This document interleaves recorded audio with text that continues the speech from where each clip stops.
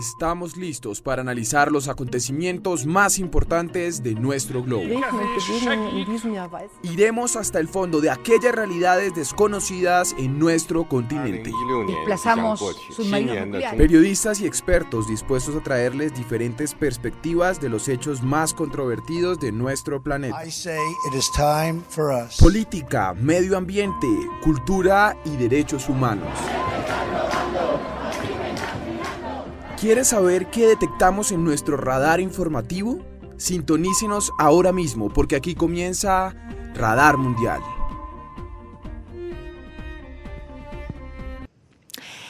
Hola, ¿qué tal a todos? Mi nombre es Jensi Hernández y estamos muy emocionados porque desde ya estrenamos programa en Unisabana Radio. Sí, señores, este es el inicio de la primera temporada de Radar Mundial y de hoy en adelante van a escuchar las siguientes voces. Empecemos con Ana Zambrano, quien es estudiante de Comunicación Social y Periodismo y aparte de Ciencias Sociales en la Universidad de La Sabana. Hola Jensi y hola a todos nuestros oyentes. Qué emoción tener un nuevo programa de coyuntura internacional, de análisis político y bueno, conocer todo lo que pasa alrededor de nuestro mundo. Claro que sí, Milena. Y bueno, Alejandra, ¿cómo estás? Hola Jensi, muy bien, realmente muy emocionada por esta oportunidad. Por estar aquí con nuestros oyentes, con ustedes. Esta mesa de trabajo me parece súper capaz y competente y nada, bienvenidos a todos. Bueno, y por último, Manuel, nuestro invitado estrella, porque él es de Ciencias Políticas y qué reto para ti estar en los micrófonos de Radar Mundial y tocar los espacios del periodismo. Claro que sí, Jensi, aquí aprendiendo de ustedes, que son las que saben del tema, feliz de poder estarlas acompañando y preocupadísimo por estas coyunturas que vamos a trabajar hoy.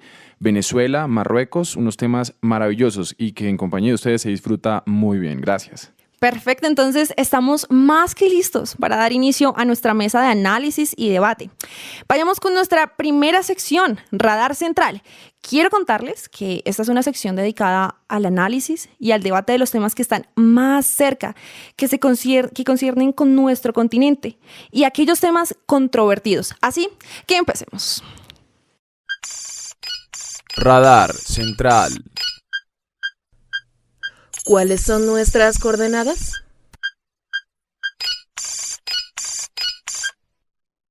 Nuestra primera ubicación geográfica en esta emisión es 10 grados norte, 66 oeste, más exactamente en la ciudad de Caracas, Venezuela. ¿Por qué estamos parados en este lugar del mundo? Ha llegado la hora de la recuperación económica y necesitamos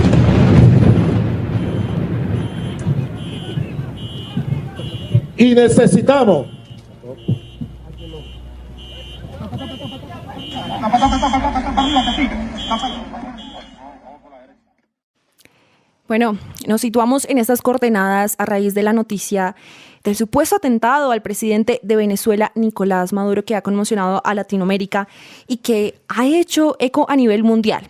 Es un tema que para Colombia tiene especial relevancia por las declaraciones que ha hecho el mandatario venezolano, acusando a personas de la política colombiana e inclusive estadounidense. Bueno, Jensi, para quienes no están familiarizados con la noticia, el pasado sábado 4 de agosto el presidente Nicolás Maduro estaba en un acto protocolario con las fuerzas militares y recibió un atentado en una celebración de la Guardia Nacional Bolivariana, aparentemente por un dron de fabricación china, un DJI-600, que se aproximó a cerca de 50 metros de distancia del palco presidencial, generó una explosión y según fuentes oficiales, como hemos visto estos días, los responsables se ha acusado directamente al gobierno colombiano, entre otros actores al respecto. Una de las cosas realmente más relevantes es cuando efectivamente, como tú lo decías, Manuel, acusa a la derecha venezolana y a la derecha colombiana. Aquí tenemos las declaraciones del mandatario. Y no tengo duda que todo apunta a la derecha, a la ultraderecha venezolana en alianza contra la ultraderecha colombiana y que el nombre de Juan Manuel Santos está detrás de este atentado. No tengo dudas.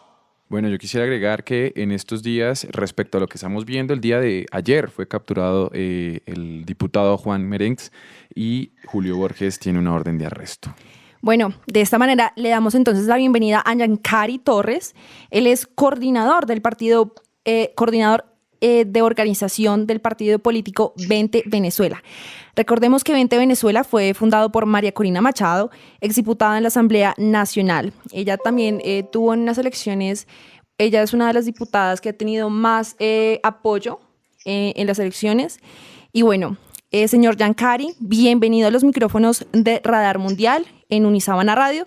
Muchas gracias por acompañarnos.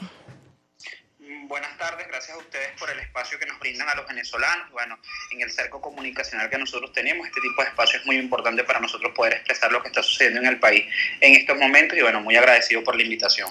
Efectivamente, en la Universidad de La Sabana tenemos a muchos de sus compatriotas, muchos venezolanos, y estoy muy segura que muchas personas nos van a escuchar en el día de hoy. Pero bueno, señor Giancari, el pasado sábado, 4 de agosto, como bien lo decía nuestro compañero Manuel, 2 drones aparentemente intentaron asesinar al presidente Maduro en medio de la celebración de la Guardia Nacional. Esto fue lo que él dijo.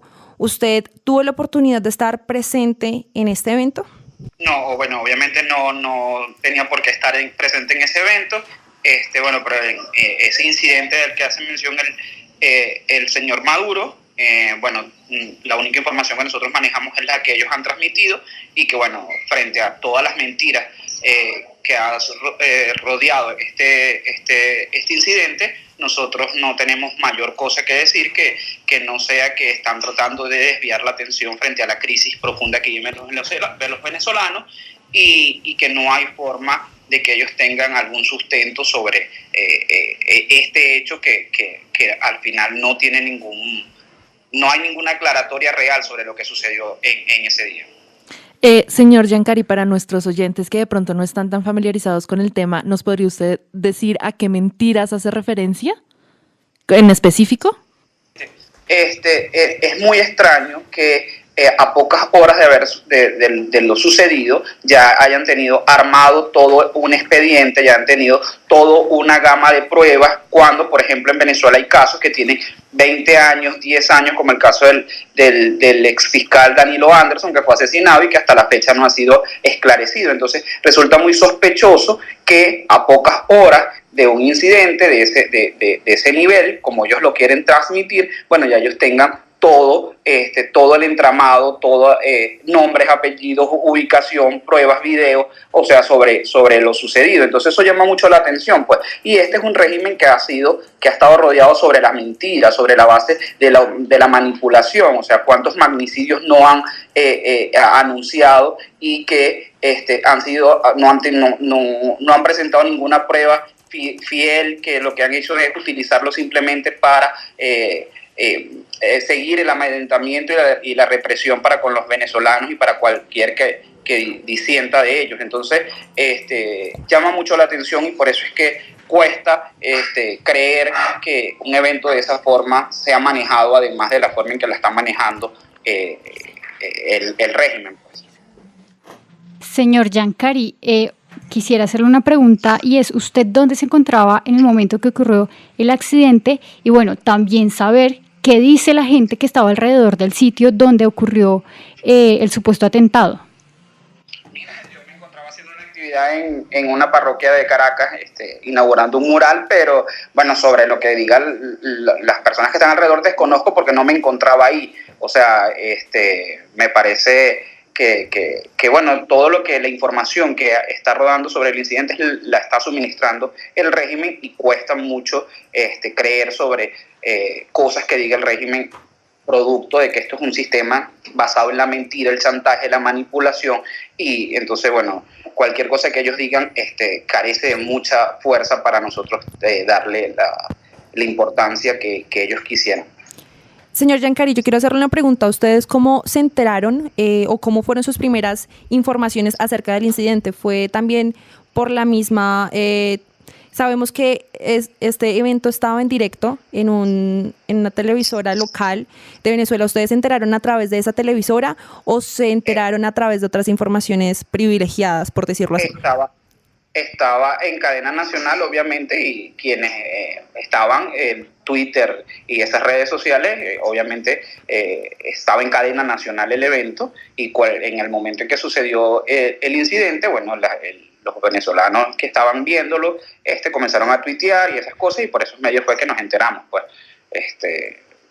estaba en cadena nacional Señor Giancari, yo quiero preguntarle algo, y es, hoy amanecimos, Venezuela amaneció con la captura de uno de los diputados más jóvenes, Juan Requesens, una de las promesas, digámoslo así, de Primero Justicia. Hay una orden de arresto que pesa sobre Julio Borges, quien se encuentra en Bogotá adelantando una reunión con el presidente electo Iván Duque. ¿Cuál va a ser la suerte de todos estos integrantes de la Asamblea Nacional que han hecho denuncias muy puntuales en contra del régimen dictatorial de Nicolás Maduro? Bueno, el régimen, aprovechando el incidente, comienza una ola de persecución frente a la dirigencia política, la cual rechazamos categóricamente.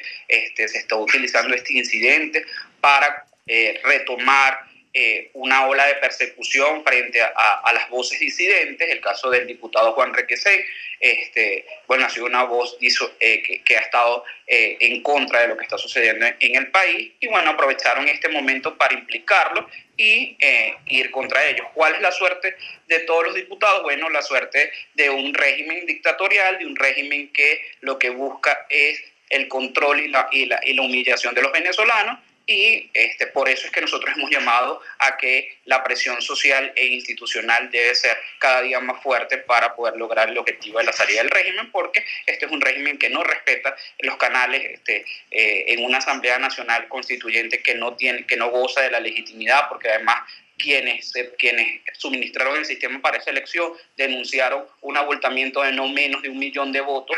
Entonces esa misma Asamblea Nacional Constituyente es la que allana la inmunidad parlamentaria del diputado Juan Requesens. Se llevan al diputado Juan Requesens sin haber tenido el antejuicio de mérito. O sea, todo esa suerte del diputado Juan Requesens la puede correr cualquier venezolano que disienta y que sea una voz que al régimen no le guste. Señor Giancari, entonces yo lo siento, y es algo muy personal, muy escéptico frente al tema. ¿Usted cree entonces que ese escepticismo suyo va en torno a lo que dice el gobierno, o a que usted cree que ellos puedan utilizar todo este evento como forma de persecución a sus opositores? Es que lo han demostrado, no es una percepción mía, qué pruebas o qué evidencias serias y responsables hay en contra del diputado Juan Requesens o el diputado Julio Borges. Y simplemente unas declaraciones de alguien hicieron que se violara, además, mantienen una violación constante del Estado de Derecho. Como te acabo de decir, se le allana la inmunidad parlamentaria en la Asamblea Nacional Constituyente, que no es el ente, la instancia para hacer eso, y se lleva detenido el diputado sin haberle hecho el antejuicio de mérito. Todo lo que han demostrado es que están utilizando este incidente para mantener su sistema de represión y persecución. No es escepticismo, simplemente es lo que ellos están demostrando con esto. Señor Giancari, yo quiero saber, usted que está allá en Caracas, ¿cómo está respondiendo la gente ante estas noticias, estos arrestos o estas órdenes de arresto contra los diputados? ¿Cómo se está sintiendo la gente? ¿Qué está diciendo la gente? ¿Qué opina? ¿Se le cree al gobierno? ¿Está de acuerdo con estos arrestos? ¿La opinión pública no está de acuerdo? ¿Qué está pasando en Venezuela? Bueno, el pueblo venezolano comprendió cuáles son las características de este régimen, un régimen que es una dictadura, y obviamente hay un rechazo generalizado porque se están violando los canales, porque no hay una institucionalidad, porque el Estado de Derecho cada vez es más vulnerable frente a las intenciones del régimen de imponer su dictadura. Obviamente hay un rechazo generalizado, además que esto no soluciona para nada la crisis que vivimos los venezolanos, una crisis de alimentación, medicinas, el sistema hospitalario. Además, parado técnicamente, los médicos y enfermeros se encuentran en paro en más de 40 días. Precisamente, señor Giancari, y lo interrumpo un momento, usted está diciendo que precisamente ustedes tienen una crisis alimentaria, pero ¿usted cree que todo este tema de los drones y de lo que pasó en la celebración del presidente Nicolás Maduro puede ser una forma de distracción de los problemas internos del país? sin duda lo están utilizando para lograr ese objetivo, que es la distracción total. O sea, tenemos a todo el aparataje comunicacional del Estado hablando solo de ese tema, obviando personas que mueren en hospitales porque no hay medicina. El tema de, hoy había una protesta en una de las vías principales del país por el asesinato de 2 jóvenes producto de la OLP. O sea, todo eso el sistema de medios públicos lo está obviando, y todo el aparataje del Estado está enfocado en distraer a la gente en un incidente que no está lo suficientemente claro, y que llama mucho la atención la prontitud con la cual le dieron respuesta. O sea, obviamente sí hay una intención real de crear una distracción frente a los graves problemas que vive el país, y obviamente utilizándolo para mantener su sistema de represión. Bueno, muchísimas gracias a Giancari por haber estado aquí con nosotros, por habernos escuchado y por habernos dado sus intervenciones y sus percepciones del atentado en contra del dictador Nicolás Maduro. Gracias a ustedes por la invitación. Hasta luego, Giancari, muchísimas gracias. Para nuestros oyentes, aclarar un poquito antes de continuar, cuando se refería al allanamiento de la inmunidad parlamentaria, entendemos eso un poco como el fuero que tienen los parlamentarios en Venezuela, y que la Asamblea Nacional le quitó a los hasta hoy diputados Julio Borges y que han iniciado un proceso judicial en contra de ellos. Bueno, ahora escuchemos la respuesta del Gobierno Nacional de Colombia ante las acusaciones del presidente Nicolás Maduro de que fue Venezuela el que creó todo este complot para asesinarlo durante la celebración en Venezuela. Escuchemos. Por Dios, yo le digo al presidente de Venezuela, yo el sábado estaba en unas cosas mucho más importantes. Yo estaba bautizando a mi nieta. Y no estoy... Bueno, y estamos muy emocionados porque nos acaban de confirmar en cabina que tenemos a uno de los invitados también. Él nos habla desde Caracas, Manuel. Se trata de Javier Vivas. Él es periodista del Nacional, columnista habitual de medios como Aporrea. También es un profesor universitario, digamos que esa es su marca personal. Javier nos va a responder algunas preguntas brevemente de lo ocurrido en Venezuela. Javier, ¿me escucha?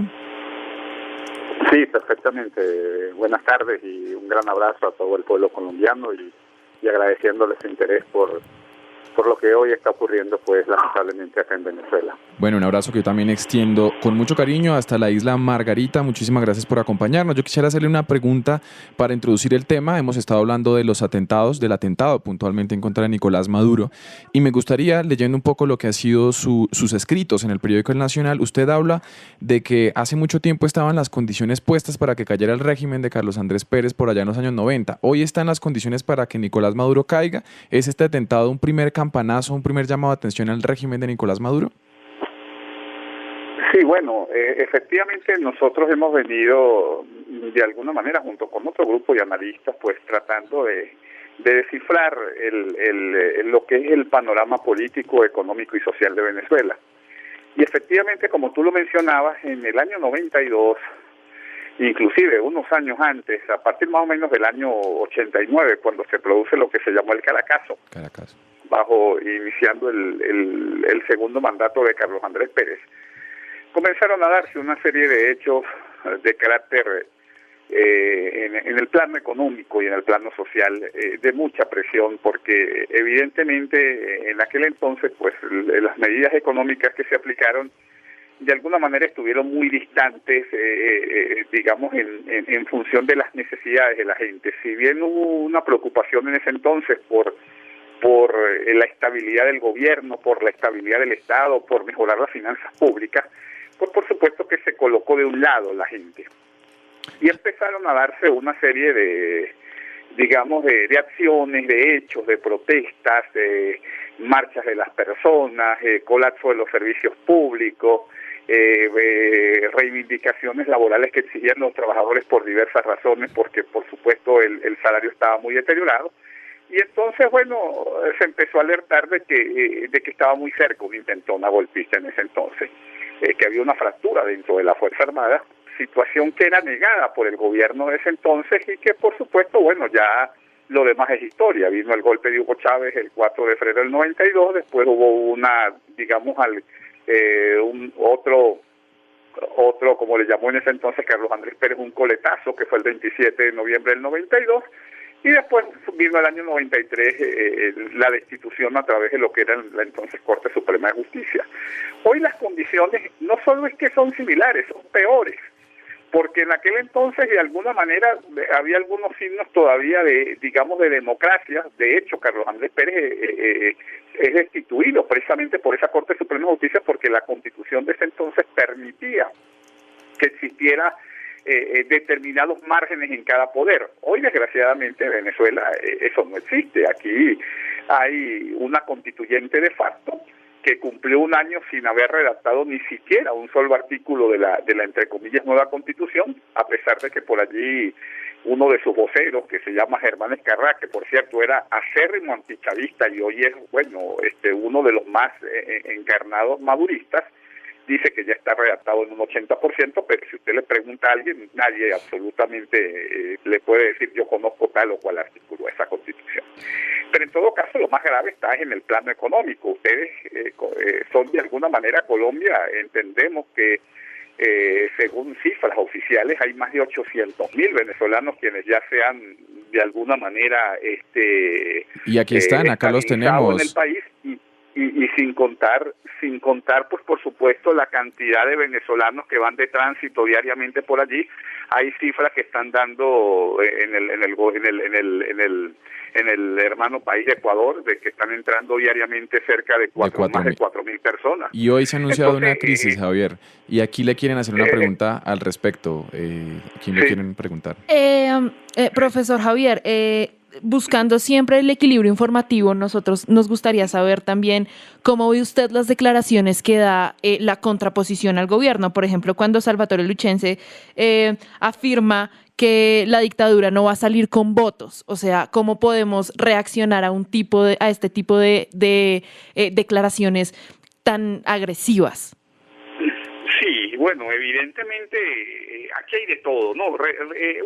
Yo creo que una de las grandes debilidades que se ha transformado en fortalezas del madurismo es la heterogeneidad que tiene la oposición, ¿no? Porque en la oposición tenemos lo que podemos llamar esos sectores democráticos, que de alguna manera buscan las vías constitucionales, llámese renuncia, llámese voto. Javier, ¿usted dónde se sitúa? Llámese cualquier otro medio que esté plasmado en la Constitución.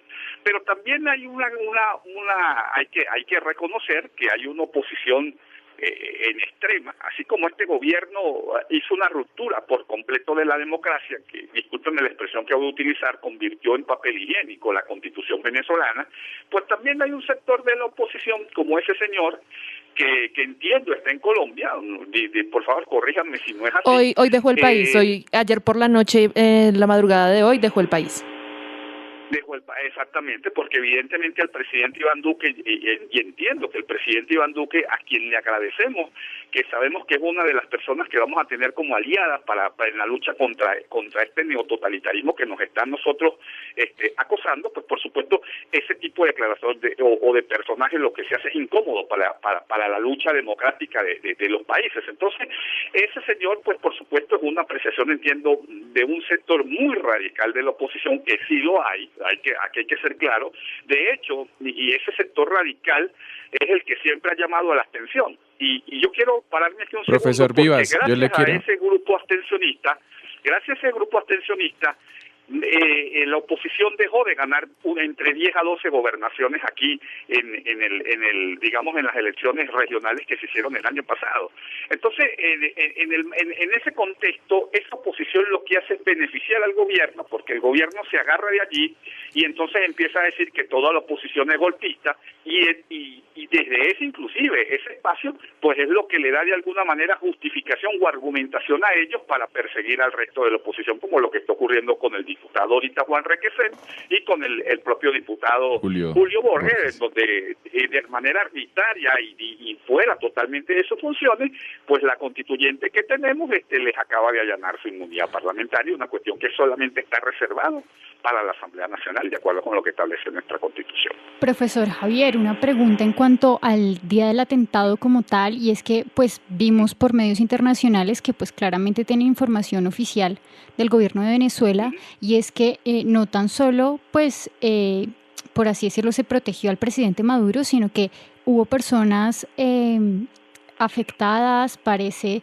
ser que el presidente Maduro también subió una foto de un militar como afectado. Queremos saber cómo están esas personas, queremos saber si en los medios locales hay algún tipo de cubrimiento también de no solo del atentado como tal a la persona de Nicolás Maduro, sino de, bueno, las personas que estaban bien, en el lugar, las personas que salieron corriendo, ¿no? Todos los militares que vimos en los videos, pues despavoridos. ¿Qué pasó con ellos? ¿Qué ha ocurrido al respecto?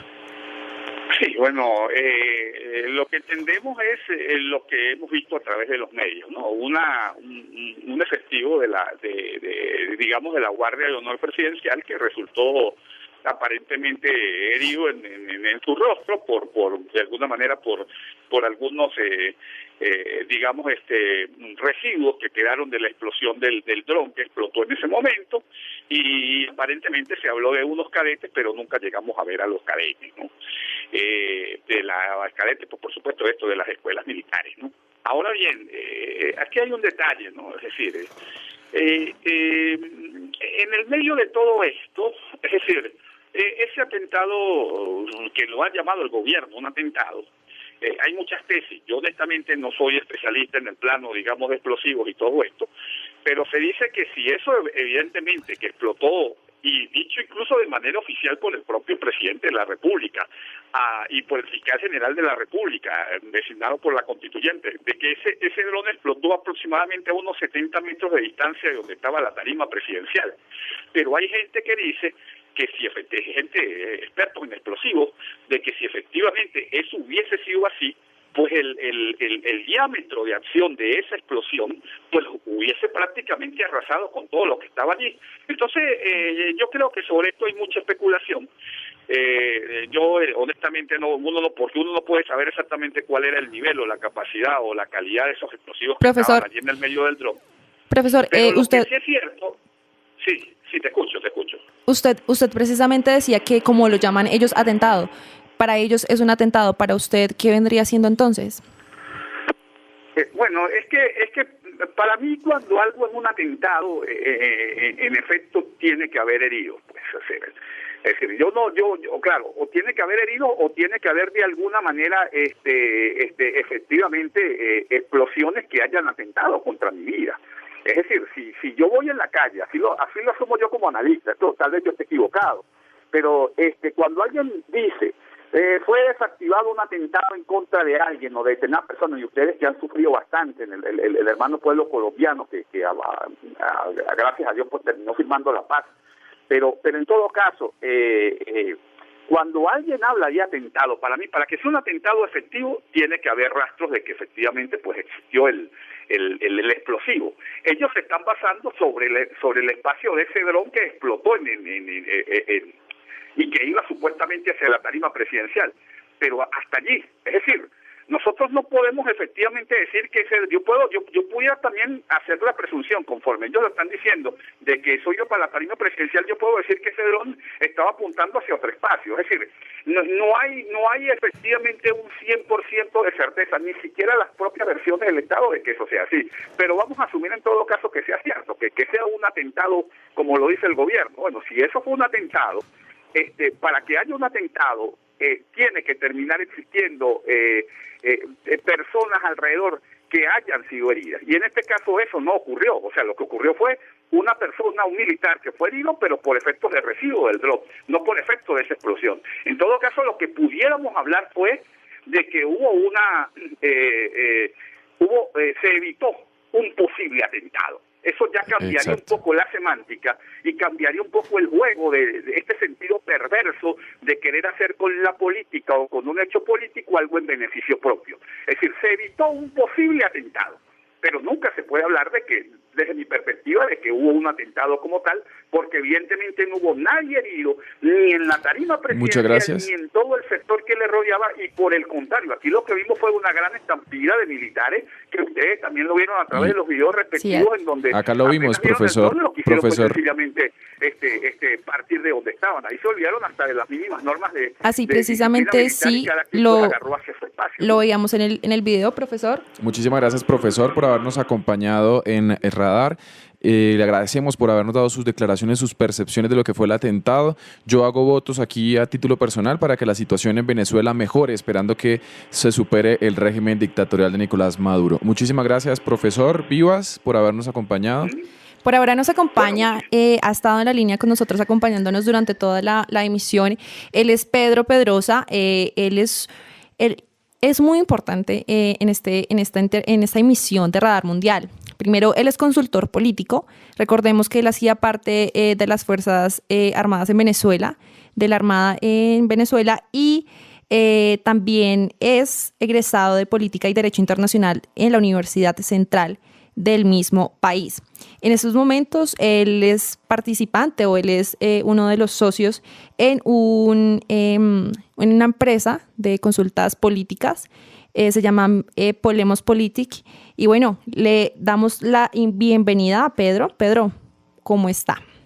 Queremos saber, usted, ¿cómo se enteró de las comunicaciones, de la información cuando explotaron los 2 drones en la celebración del presidente Nicolás Maduro?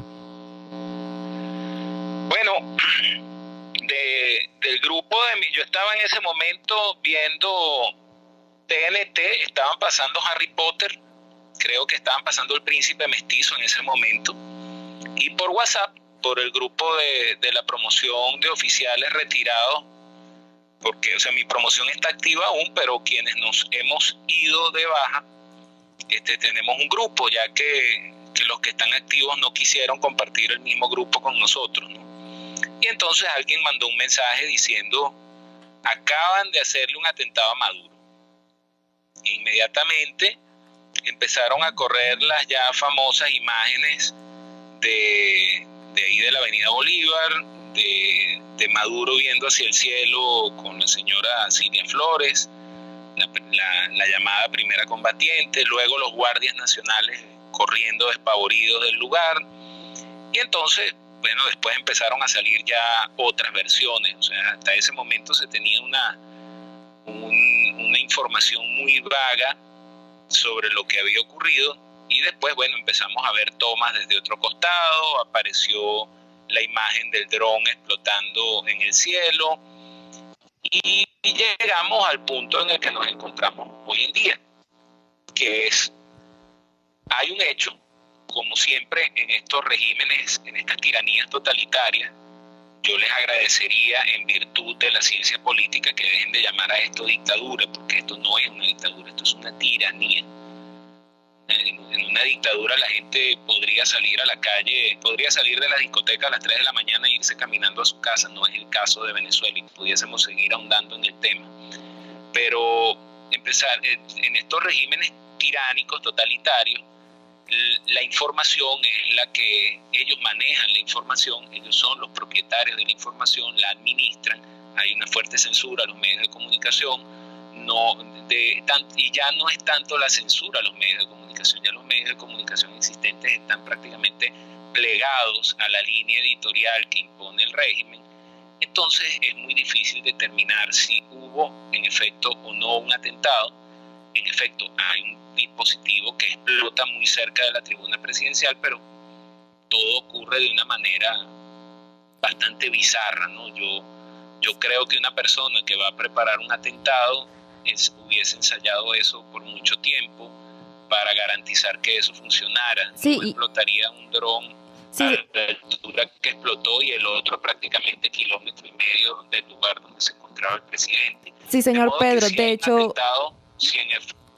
como lo veíamos en el video, no fue tan cercano, y además 2 horas después de que ocurrió la explosión, él ya estaba sacando su anuncio televisivo diciendo quiénes eran los culpables. Pedro, un poquito en gracia y discusión, yo quisiera preguntarle, usted que conoce un poco más el estamento militar venezolano desde adentro, ¿qué está pasando con el régimen respecto a las fuerzas militares? ¿Todavía tiene esa vigorosidad y ese apoyo por parte de los militares, o eso tiene sus días contados? Mira, hablar de tener los días contados nunca se puede decir eso, ¿no? Porque una de las primeras instituciones que fue destruida en su moral, en su profesionalismo por parte del régimen, fue las Fuerzas Armadas, en efecto. Recordemos que además la tiranía es tutelada desde Cuba, y Cuba siempre odió profundamente a las Fuerzas Armadas venezolanas. Este fue en algún momento tal vez el único país que logró erradicar militarmente a una guerrilla marxista, ¿no? Estuvo a punto de serlo Colombia hasta que llegó el señor Juan Manuel Santos y echó para atrás todo lo que se había logrado. Este país en efecto lo hizo en la década de los 60, logró hacerlo en esa época, por lo cual esa guerrilla terrorista de izquierda no logró montarse en la ola del negocio del narcotráfico. Y eso siempre lo resintió el régimen cubano, de modo que las Fuerzas Armadas fueron desde el principio infiltradas, fueron corrompidas a través de toda clase de negocios y por encontrarme en Venezuela me veo obligado a hablar de un presunto involucramiento con el narcotráfico, un presunto, aunque hay evidencia fotográfica suficiente de involucramiento con el tráfico de combustible hacia Colombia, que es tutelado de una u otra forma por la Guardia Nacional, por unidades del Ejército. Entonces, sí, de hecho en nuestro país siempre... La mejor forma, disculpa, ya termino esta idea, la mejor forma de corromper una institución y de hacer alianzas sólidas con esa institución es involucrarla en negocios de esta característica. No recuerdo ahorita el libro, lo dice Norberto Bobbio en su estudio de teoría política, en las primeras páginas del libro habla de eso. Las alianzas más fuertes están en torno a los negocios turbios. Así no se soporten los actores del negocio, así se odien mutuamente, el vínculo que se genera en torno a los negocios turbios siempre es mucho más sólido. Acá nuestros dos politólogos están dándole la razón acá diciendo, sí señor, le están dando la razón porque ellos también saben del libro, al parecer, Manuel. Sí, efectivamente, Norberto Bobbio ha escrito en el tema y tiene usted toda la razón de en gracia y discusión plantear la idea de que esto es una tiranía. Perfecto, muchísimas gracias, señor Pedro, nos hubiera encantado tenerlo un poco más de tiempo, pero ya en el máster nos están acosando con el tiempo. Sin embargo, le quiero hacer la invitación a todos los estudiantes de la Universidad de La Sabana que estén muy pendientes porque el señor Pedrosa está muy interesado en realizar un foro en la universidad y posiblemente Radar Mundial va a ser quien organice este foro acerca de la crisis en Venezuela. Pues Jensi, vamos a tener que traer a todos nuestros invitados. El profesor Vivas también ha dicho que quiere hacerlo. Y bueno, que tengan feliz tarde. Muchísimas gracias, señor. Vale, y de esta manera entonces finalizamos nuestra primera sección, Radar Central. Tuvimos a muchos invitados, a 3 invitados, grandes invitados en nuestra mesa de trabajo. Jensi, genial. Lo que pudimos analizar fue que el atentado es visto desde distintas perspectivas, pero lo más importante de entender es que este régimen que ha sido categorizado como una tiranía, aparentemente ha orquestado todo este tipo de disturbios y de este atentado puntualmente para distraer la atención de los graves problemas que afronta Venezuela en este momento. Así es, mucho escepticismo acerca de las declaraciones que dio el presidente de Venezuela, Nicolás Maduro, acerca específicamente de los drones.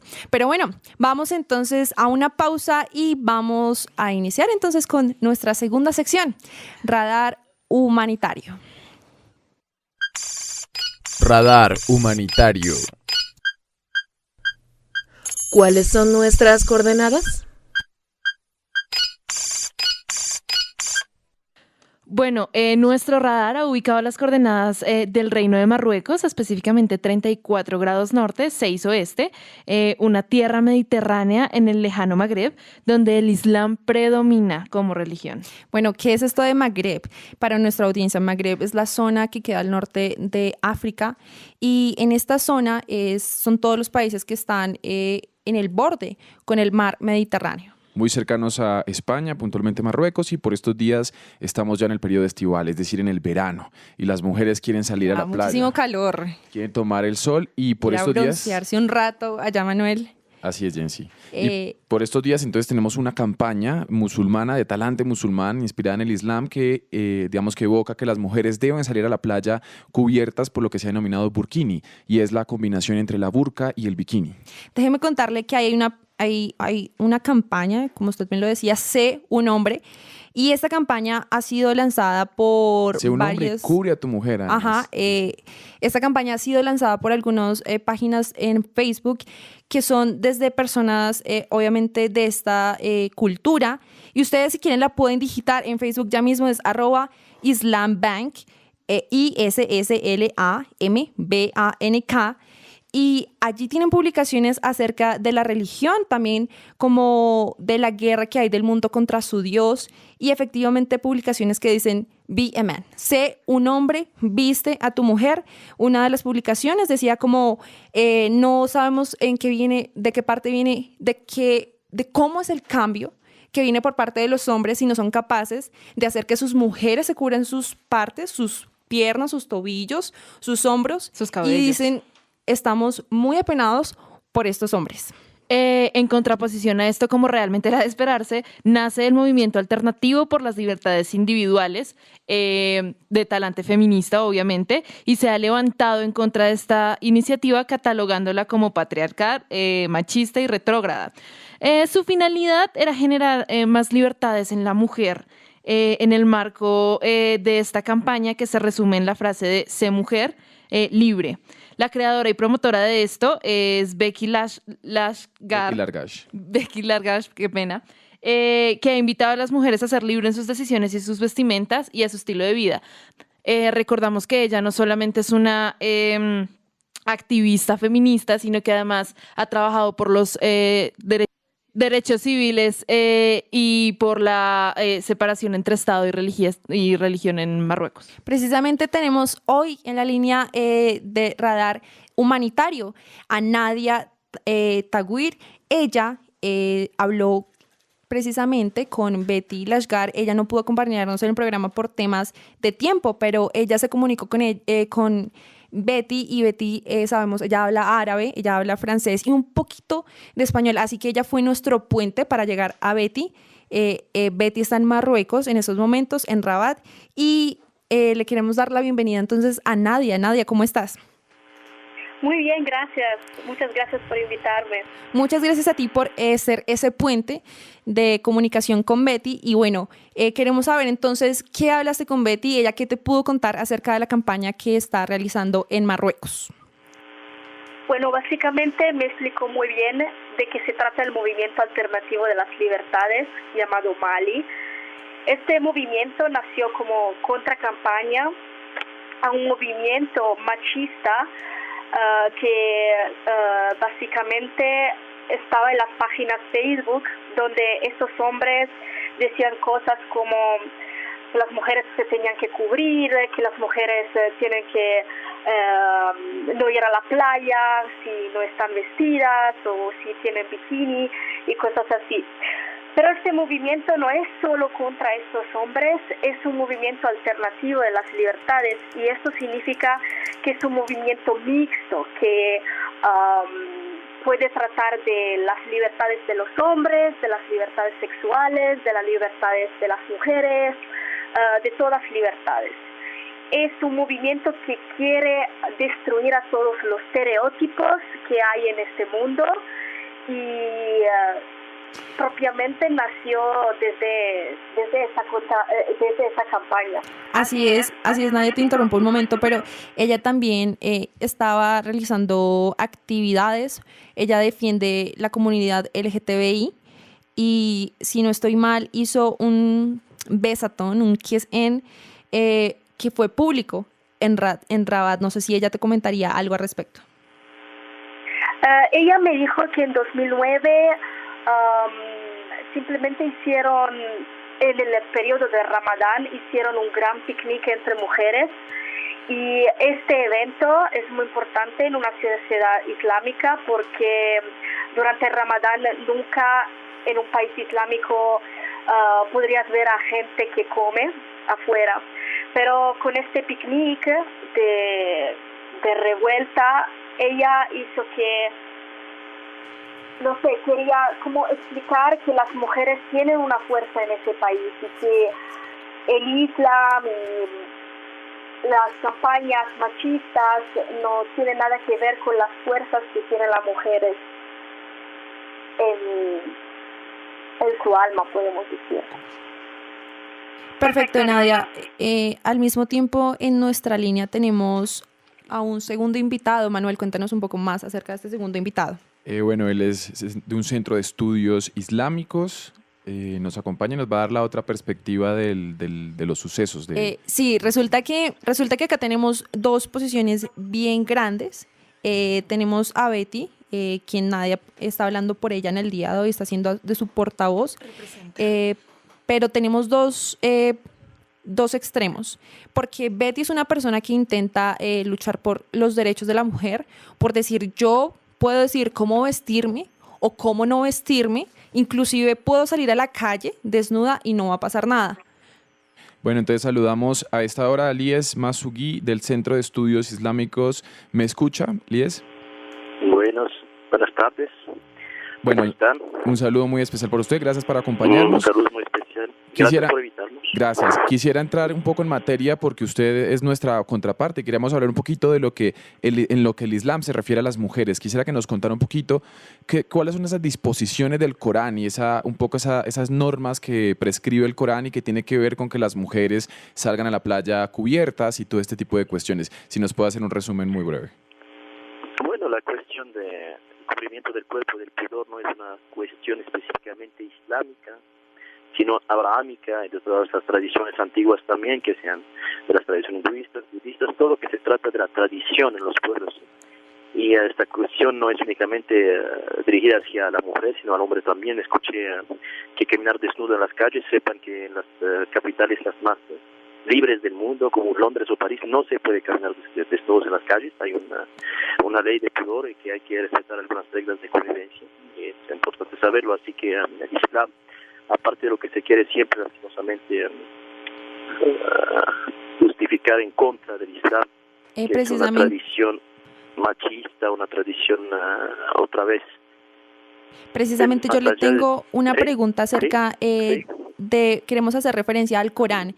Estuvimos leyendo muchas noticias o muchas redes sociales en las que hay mujeres que están de acuerdo con que se tienen que tapar, con que no pueden mostrar su cuerpo. ¿Y por qué dicen esto? Porque dicen que en el Corán está establecido así. No. Definitivamente estamos teniendo problemas con la llamada, pero vamos a volver con Nadia. Nadia, ¿nos escuchas? ¿Nadia? No, bueno, Nadia no nos escucha. Yo sí quería hacerle... ¿Aló? ¿Nadia? Sí, los escucho. ¿Alcanzaste a escuchar la intervención del señor Lies?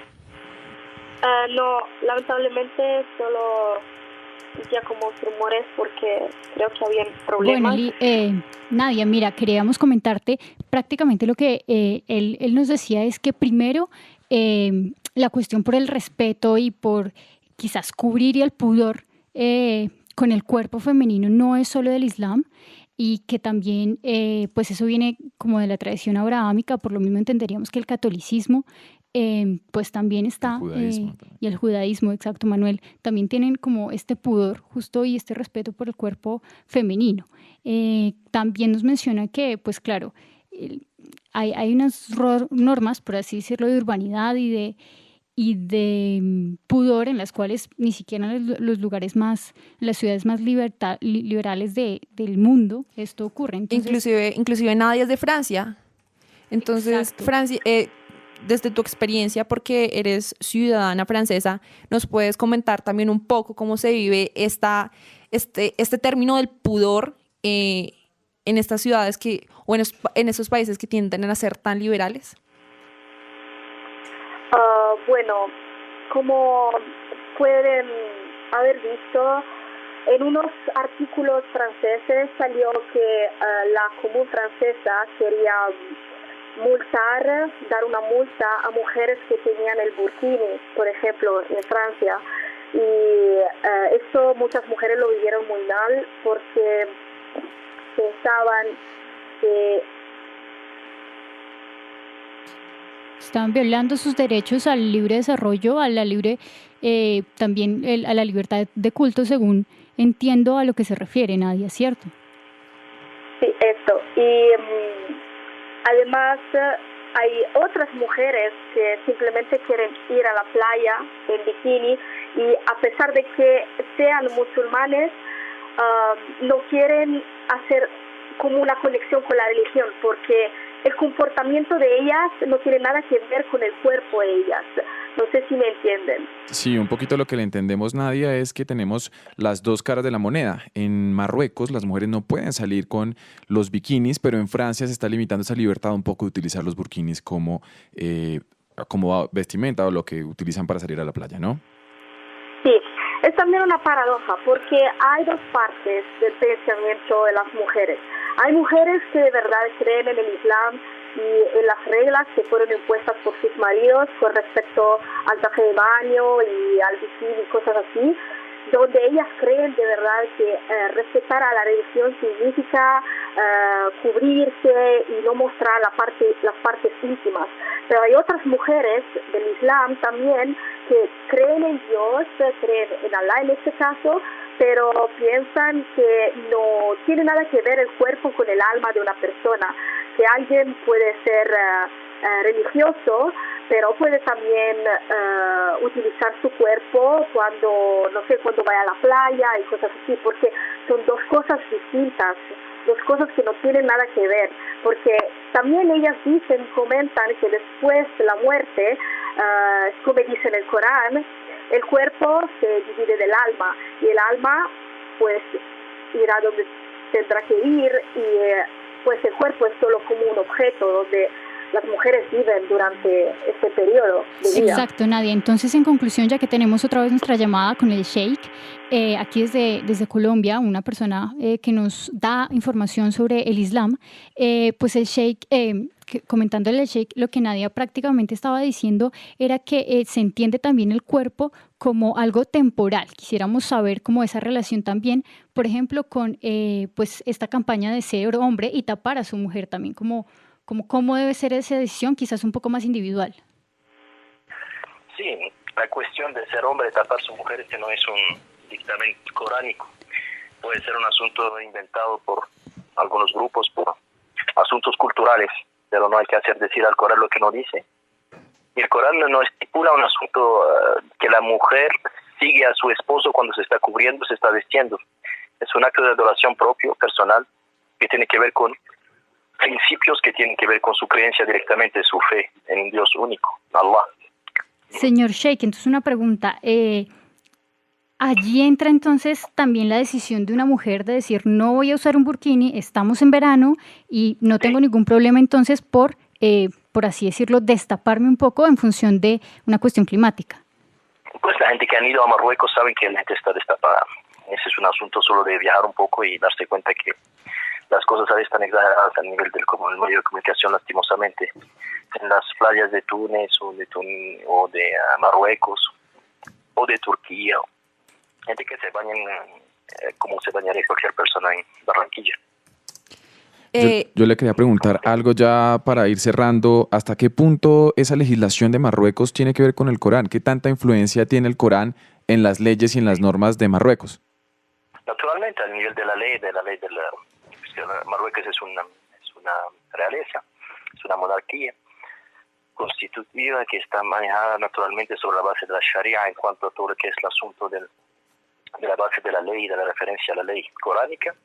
Pero aparte de eso, hay la parte también de la convivencia, de la vida con otras minoridades en el país, como la minoría judía, como la cristiana, como muchas personas que son también turistas, se les explicaron lo que puede pasar en Marruecos de manera muy clara. Yo creo que Marruecos puede ser uno de los países más entre comillas, abiertos de todo el mundo árabe, a nivel de todo lo que se puede conocer, de las problemáticas sociales. Pero decir que estas personas están basando sus actos sobre el Corán sería naturalmente una mentira.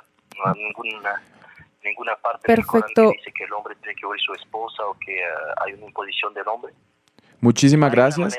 Hay una manera naturalmente de vestirse que es una manera respetuosa cuando una persona practica su fe, su religión.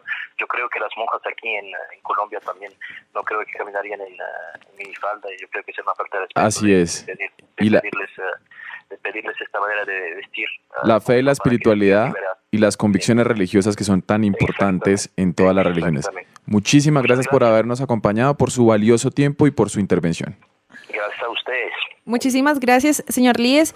Y bueno, estamos entonces en la etapa de conclusión de nuestra segunda parte de Radar Mundial. Muchísimas gracias a toda nuestra primera audiencia. Esperamos que sigan con nosotros. Les prometemos que mejoraremos en el futuro. Además, muchísimas gracias a Nadia. Nadia, gracias por acompañarnos. Nadia.